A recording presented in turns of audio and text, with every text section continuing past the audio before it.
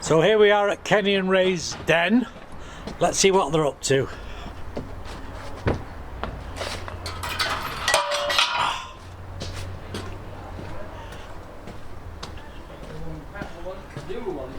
Standing bit. Oh yeah. Fucking £3.25. Good afternoon, gentlemen. Good afternoon. Hey. Are we busy? Ready? Well, we're enjoying ourselves, you know. Got the K R Empire. The K R Empire. Yeah. As you see it. So you're busy doing a bit of wood cutting and Wood butchering. wood Yeah, butchering. wood, you're doing the wooding. Yeah, and your I'm the today's dark task. side, by the way. Pardon? You call me the dark side. You're the dark side. And today's task is. Is to make this back end, You just get back a bit. I can see what you're doing. to make a new body. Right. So now what we're going to do now is make the panel for the back. But we want to stick the lights in. Right. So you've had to cut them out and you've had to make the boxes. Yeah, so there's the first panel for this side. That's what we're starting with. Is that'll go there. Right. Then we make the box. But we've cut the hole so the lamp will go through there and sink in. And the reason we're putting them into boxes, apart from it looks better, a lot of wagons when they're reversing up bump into the lights. So by being sunk in, you can't damage the lights. Right. So once that side basically put the box in, then the centre panel when it goes in, I'll have this one sunk in. That's the number plate and the number plate lamp. Right. The reason it's not as deep as them is his cross members in the way. So if you look at the Volvo with sunk in lights, again, you can't get damaged. Ah, yes. And it gives it a bit of an edge. Yeah. And it's a bit different as well. Now also, with this one, we've actually made it into put a spec lift on, but we don't want people to see it. So we're building a body. So we'll build a body. Ah, and that will. This, and then go on the bottom inside there, and then jump. Right. And when it's in its down position, it does look like a back truck. Right. So when we go to a show, that'll ring in jump. This hydraulically, I'll hydraulic out 4 foot, so you can lift the vehicle. Right. Which is unusual with most spec lifts. You can, all trucks, you can normally see the wheels, see the chassis, see the body. But we've made skirts for the side. So now we've got skirts on, so you can't see now. And obviously, the wood we're using is heavy duty wood. We put extra cross members in.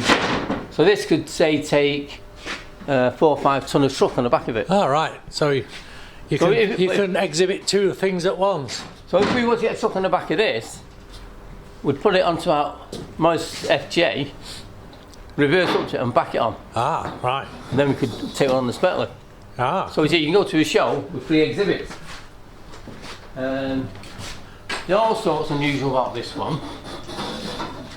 It's a bit on the Bedford KM. Let's go to the front of it. So it's a, what year is it? It's a 1973 and it's a Bedford KM. Right. And So what makes this the only one in the world now, this one, because we decided that Bedford's never tilted the cabs. Right. Apart from when they're near finishing with Bedford TM and the TL. So we decided that we're going to make this cab tilt. So it now tilts now. Unfortunately the battery's a bit down at the moment, but no, so for us to make this tilt, the bumper's in the way. Right. The headlamp round's in the way, the front's in the way, the grill's in the way, the panel's in the way, the inner headlight's in the way. So it was never really designed for it. Now, we can, just to show you a little bit of it, obviously I can't tilt it because the battery's down, but we can tilt this cab within 2 to 3 minutes. Nice. But the cab, having been done by hand, lifting it over, or with an hydraulic ram, Ah, so that comes down like so. that comes down like that. You undo a T-key lock there, and all this is made into one panel now. Oh, so that all lifts off. Well, it's got the wires on it, but that lifts off. And now that'll That'll lift off and then just rests on here. right. So I see Yeah, that's good. There. There we go. Yeah, like that. Now you can see now that the headlamp, which should be fastened to that panel, it's all one piece. Right. So a bit of a engineering, bit of a feat there. Then, once you've done that, obviously you got to make the cab hinges so you can take the weight of the cab. Can't quite see it, but it's underneath, just underneath there. There, there's a cross member at the front. Hang on. So we've reinforced the cross member, Right. and we've put the pivot hinges there. Yeah, I can see the pivot hinges there. Yeah. So we've reinforced the cross member, and we've reinforced the cross member on the cab to take the weight. Right. So the original 4-bolt mountings, because the cab was held down with 4 bolts, It's now held on by them 2 at the front. 2 at the front, 2 at the back. Right. What we've done with them mountings, we've put a rubber padding on to absorb any vibration or rattles. And if you can squeeze past it. You're a little slimmer than myself. I shall go down. Right. The trousers are falling down now. Oh. Achha. Now, if we look at this side, Bedford, to work on a KM, the wings were designed to drop down like that. So Right. if you're just working on them, Right. So you drop the wing down so you could get in. Right. But all the wing is fastened to the cab. So what we've done, we've made new catches so the wing can be detached from the cab now. Yeah.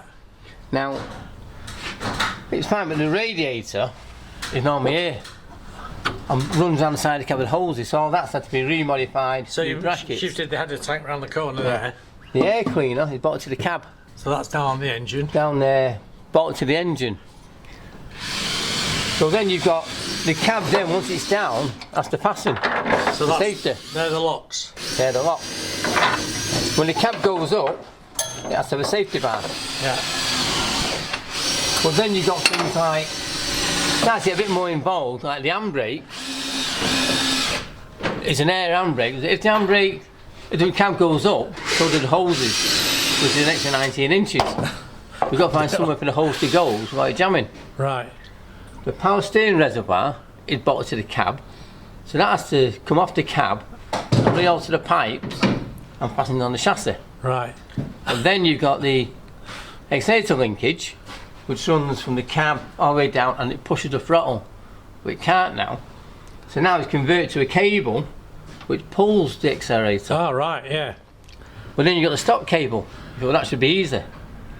But the stop cable, once it's in the down position, you need to lose 15 inches of the cable. So it has to be routed, so it's allowed to go up and come back down. So it's still fastened to the cab and the engine. Heat hoses have to have room to extra holes in, but they have to be routed so they can go up and down.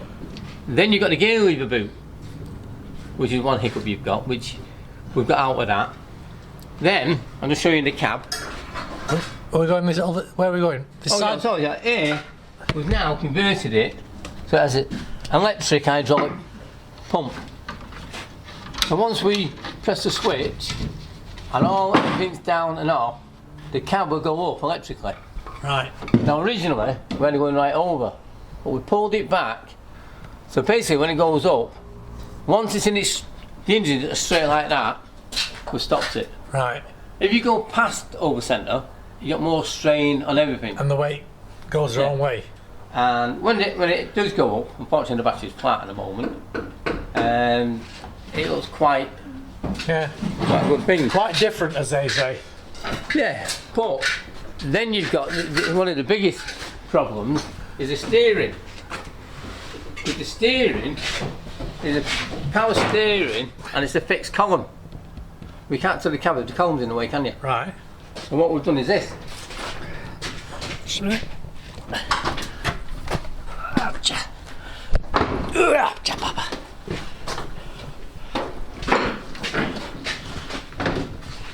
We've cut the steering column and we've fitted a UJ.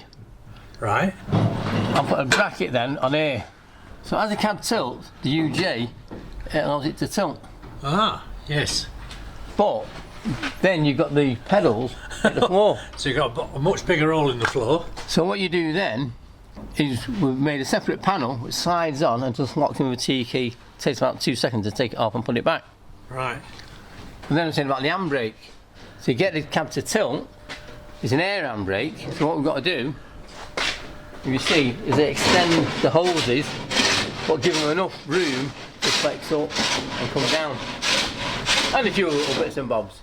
There's a power reservoir which would normally be bought on here, is onto there. And it's as simple as that really. Huh. But it'd be the only one in the world that will be tilting electrically. As you can see with the flooring. Yeah, and this man's busy boarding it all out. Oh, wood, Yeah, oh, Yeah. woody. You can see the thickness of the wood here, so you know it's capable of taking, and it's TNG'd it all. Yeah. So how many cross members do you put in, mate? About 20? Sorry? There's about 20 cross members. Yeah. So So it's a big area, isn't it, now? it's just short of 8 foot.